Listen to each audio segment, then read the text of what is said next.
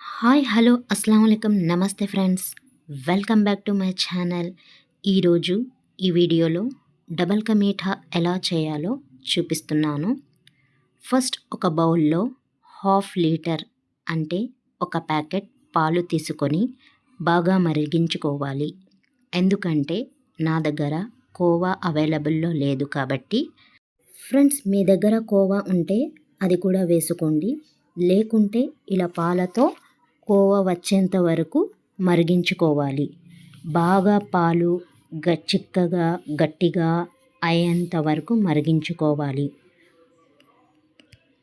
మధ్య మధ్యలో ఇలా స్పూన్తో పాలను కలుపుతూ ఉండాలి ఫ్రెండ్స్. ఇప్పుడు నేను ఇందులో వేయడానికి డ్రై ఫ్రూట్స్, కాజు, బాదం స్మాల్ పీసెస్ లాగా కట్ చేసుకొని పక్కన పెట్టుకుంటున్నాను ఫ్రెండ్స్.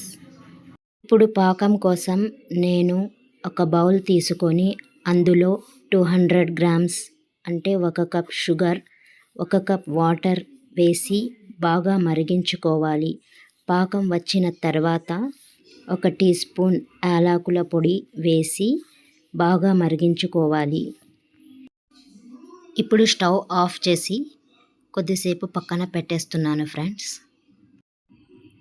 ఇప్పుడు స్టవ్ ఆన్ చేసి కడాయిలో కొంచెం నెయ్యి వేసి ఒక 1 మినిట్ వరకు హీట్ చేయాలి.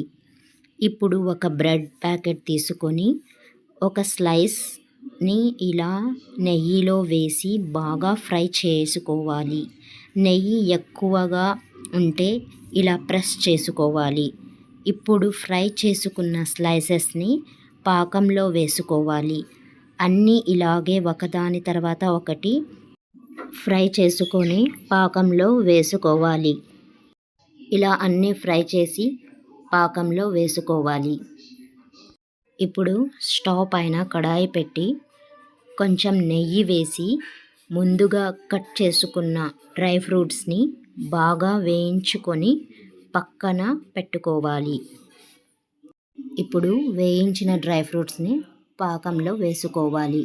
వేసిన తర్వాత దీన్ని బాగా ప్రెస్ చేయాలి. చూడండి ఫ్రెండ్స్, పాలు ఇలా చిక్కగా గట్టిగా కోవాలా వచ్చింది. ఇప్పుడు ఈ కోవాని ముందుగా బ్రెడ్ పాకంలో వేసి బాగా మిక్స్ చేసుకోవాలి. డబుల్ కా మీఠా రెడీ అయింది ఫ్రెండ్స్. ఒక బౌల్లో సర్వ్ చేసుకొని ఎంజాయ్ చేస్తున్నాను friends. Thank you for watching my channel friends. మీకు గనక ఈ వీడియో నచ్చినట్టయితే లైక్, షేర్, కామెంట్, సబ్స్క్రైబ్ తప్పకుండా చేయండి ఫ్రెండ్స్. అలాగే కమెంట్స్లో ఎలా ఉందో కూడా నాకు కమెంట్స్లో కూడా చెప్పండి ఫ్రెండ్స్. Thanks for watching.